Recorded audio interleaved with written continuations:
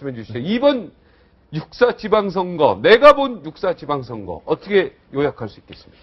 글쎄요, 뭐 언론에서 양쪽에 다 질책을 했다는 말에 동의할 수 있는 그런 분석인데 어제 저도 아침까지 그 밤을 꼬박 새우면서 봤습니다. 이런 생각을 해봤어요. 지금 이제 9대8, 8대9로 승세 그 결과가 나왔지 않습니까? 네.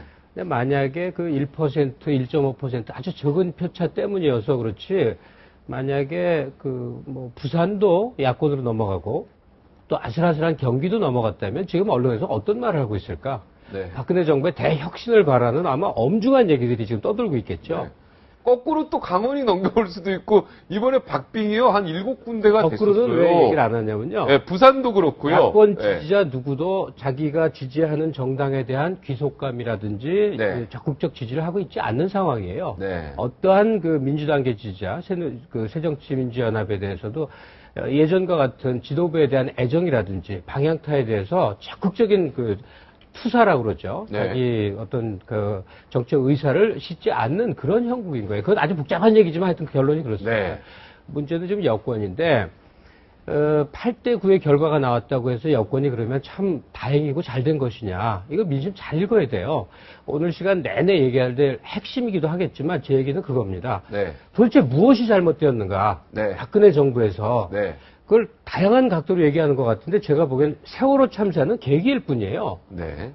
비판적인 민심이 폭발할 수 있는 계기지 집권 후 1년 3개월, 4개월 동안에 쭉 쌓여온 것들의 폭발이에요. 네. 그건 뭐냐. 대통령 내지는 집권 여당이 특히 대통령이 자기를 지지하는 사람만을 대상으로 정치를 한다는 문제점이 있어 왔던 겁니다.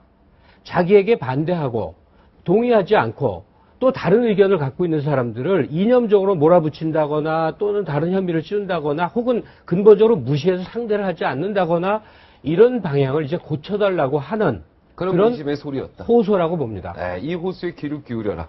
네.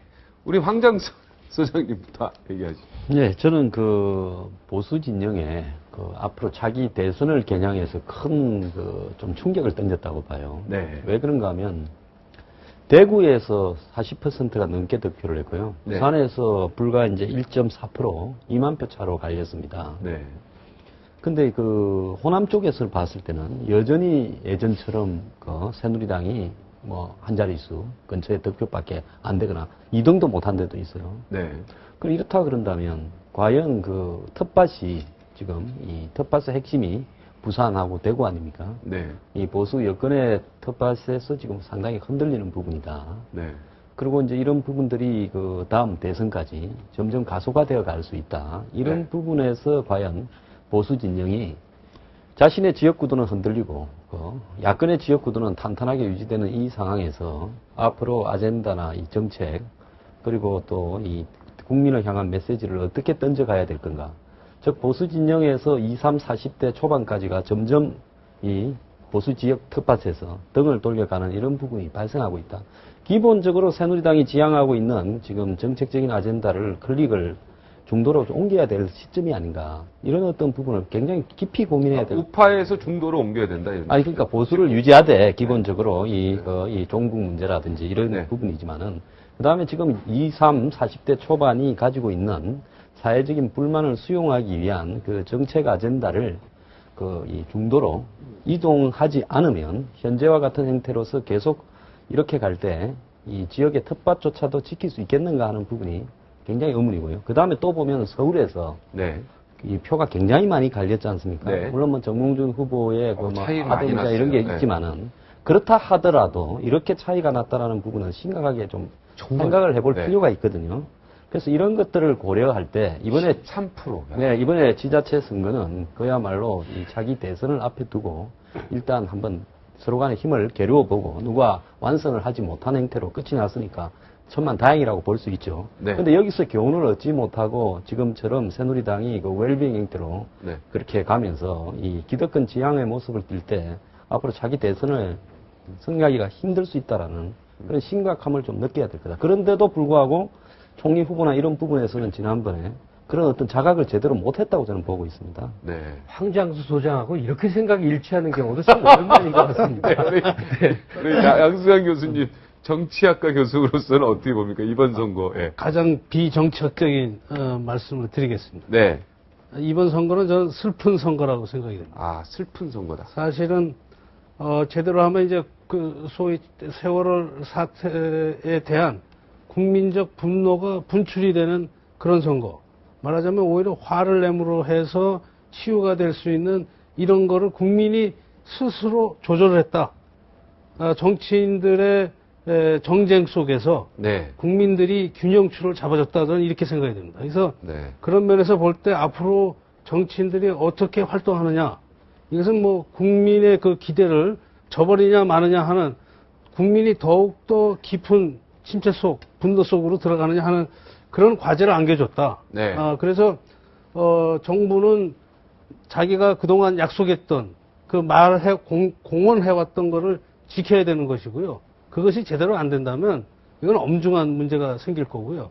또 반대로 야당은 야당대로 하나의 대안 세력으로서 사실 야당이 압승할 수 있었던 그런 좋은 구조적 기회였음에도 불구하고 이 정도 된 것은 국민이 이제 정부를 견제하라는 목소리 높이라는 얘기는 좋지만 그건 하나의 또 질책이기도 합니다.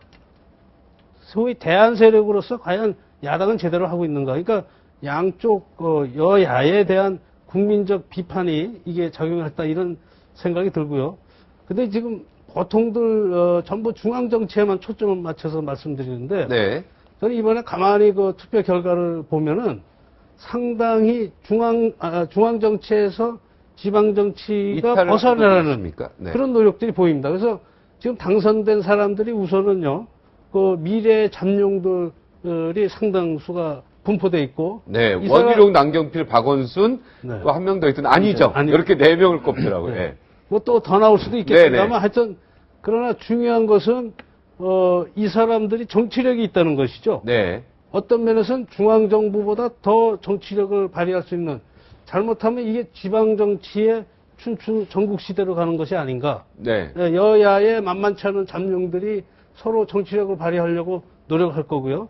저 대권에 대한 그런 걸 보다 보면은 좀 더 뭔가 정치적으로 뛰어나야 되지 않겠습니까? 네. 이게 잘못하면은 중앙정부가 지방정치를 제대로 컨트롤할 수 없는, 조정할 수 없는 이런 슬픈 상황으로 또 갈 수도 있다. 네. 그래서 이번 결과는 하여튼 뭐 교묘하게 우리의 그 위기 상황을 극복하는 국민적 판단이 상당히 컸다 이렇게 생각이 됩니다. 아, 국민적 판단이 굉장히 컸다. 제대로 된 판단이었다 생각하십니까?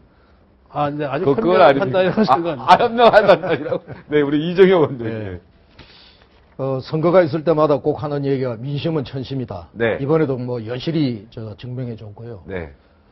정말 참 국민이 지혜롭고 무섭다라고 하는 생각을 저는 이번 선거 결과를 보고 다시 느꼈습니다. 네.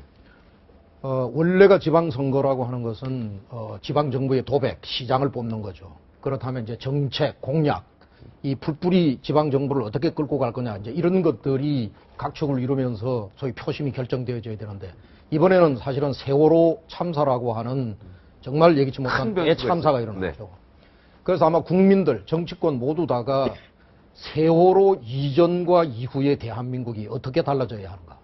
저는 이번 6월 4일 선거에서 표심에 가장 중점적으로 본 것은 세월호 참사 이후의 대한민국을 국민들이 어떻게 계획하고 있는가. 그리고 이 참사가 일어났던 박근혜 정부에게 한 번 더 기회를 줄 것인가, 주실 것인가, 아니면 여기에 대한 책임을 물어서 그냥 정권을 침몰시킬 것인가. 저는 이번에 정말 그럴 정도로 네. 이 사태를 정말 심각하게 봤습니다. 그런데 결과를 어떻게 다들 다 네. 말씀하셨다시피 침몰은 안 정말 됐죠. 이번에 네.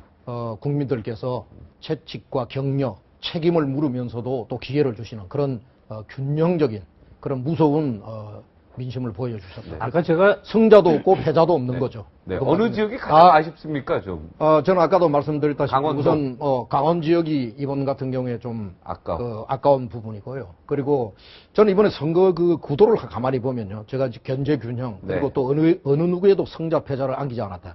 지역적으로도 보면 제주 그리고 한반도를 이 반을 갈라서 영남권, 호남권이 축으로 해서요, 서울을 야권에게 주고 그것을 포위한 경기 인천을 여권에게 주고 또 그 외곽을 포위하는 강원과 충청권을 야권에게 주고 그러면서 두 다리가 받치게 하는. 네. 참 이번에 나타난 표심 뭐 8대9 그것도 그렇습니다만은 그려진 구도와 그림도 네. 이렇게 절묘할 수 있는 거예요. 여기서 분명하게 여야 정치권은 분명하게 국민의 마음을 읽어야 되고 네. 겸허히 아마 수용하고 받아들여야 되죠. 제주도에서 새누리가 이긴 게 거의 뭐 너무너무 처음이죠? 네, 거의 네, 그렇습니다. 야, 네.